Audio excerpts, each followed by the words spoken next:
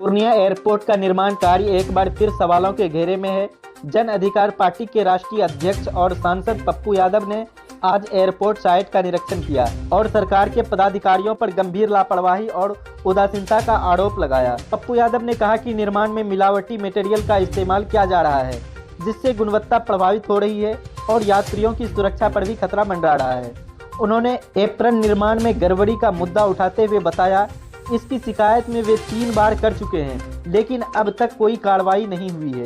सांसद ने चेतावनी दी है कि अगर कल कोई ओपीडी घटना होती है तो जिम्मेदारी तय होनी चाहिए।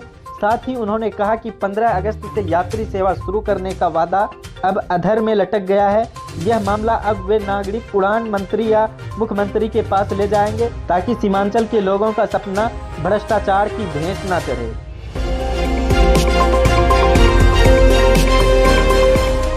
पटना की ट्रैफिक समस्या को खत्म करने के लिए नगर विकास एवं आवास विभाग के आज एक उच्च स्तरीय बैठक में शहर के रिंग रोड निर्माण, नए फ्लाईओवर, ट्रैफिक मैनेजमेंट सिस्टम के आधुनिकीकरण और पार्किंग सुविधाओं को विस्तार पर चर्चा हुई।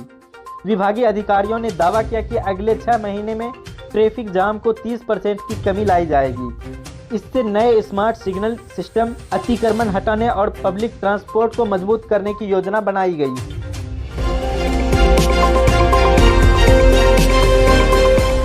गया में बौद्ध पर्यटन को नई पहचान देने के लिए 150 करोड़ रुपए की परियोजना को मंजूरी दी है। इस योजना के तहत बौद्ध मंदिर परिसर में सौंदर्यीकरण, रात में आकर्षण, लाइटिंग, पर्यटक सुविधा केंद्र के डिजिटल गाइड सिस्टम स्थापित किए जाएंगे। सरकार का मानना है कि इससे न केवल अंतर्राष्ट्रीय पर्यटकों की संख्या बढ़ेगी, बल्कि स्थानीय युवाओं को रोजगार भी मिलेगा। मुजफ्फरपुर और आसपास के जिले के लीची किसानों को समर्थन देने के लिए लीची वैल्यू एडिशन योजना शुरू की गई है। इस योजना के तहत किसानों को cold storage, packaging, processing unit और मार्केटिंग के लिए वित्तीय सहायता दी जाएगी। कृषि विभाग का कहना है कि इससे लीची के खराब होने की समस्या कम होगी और किसानों को अंतर्राष्ट्रीय बाजार तक पहुंचाने में मदद मिलेगी।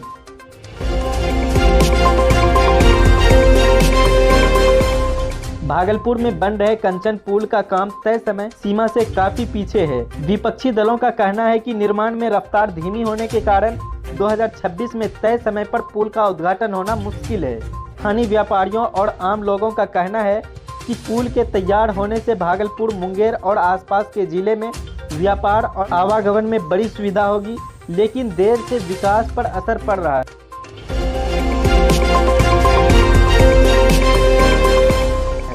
कोसी और इसकी सहायक नदियों में जलस्तर बढ़ने से सहरसा, सुपौल और मधेपुरा के निचले इलाके में बाढ़ का पानी घुस गया है।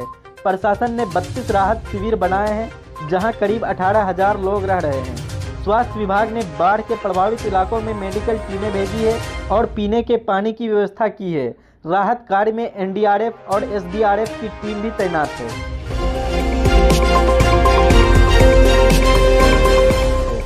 दरभंगा मेडिकल कॉलेज अस्पताल में 12 करोड़ रुपए की लागत से आधुनिक एमआरआई मशीन का उद्घाटन हुआ।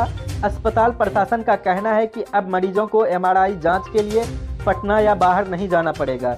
इससे प्रतिदिन 50 से 70 मरीजों की जांच की सुविधा मिलेगी और समय तथा खर्च दोनों की बचत होगी।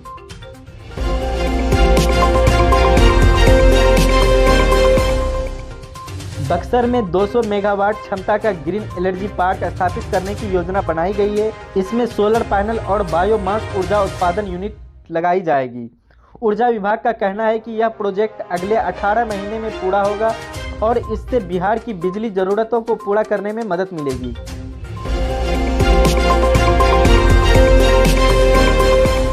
अररिया जिला मुख्यालय में 15 करोड़ रुपए की लागत से बहुउद्देशीय खेल परिसर का शिलान्यास किया गया। यह स्टेडियम फुटबॉल, क्रिकेट तथा एथलेटिक्स के लिए अंतर्राष्ट्रीय मानकों पर तैयार होगा। स्थानीय युवाओं का कहना है कि इस परिसर में जिले में खेल प्रतिभाओं को निखारने का अवसर मिलेगा और राष्ट्रीय स्तर पर खिलाड़ी तैयार होंगे।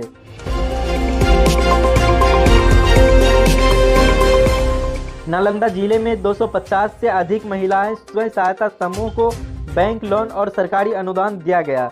जिला प्रशासन का कहना है कि इससे महिलाओं को स्वरोजगार शुरू करने और अपने कारोबार को विस्तार करने में मदद मिलेगी। महिलाओं ने कहा कि यह सहायता उसके परिवार की आर्थिक स्थिति सुधारने में बड़ी भूमिका निभाएगी।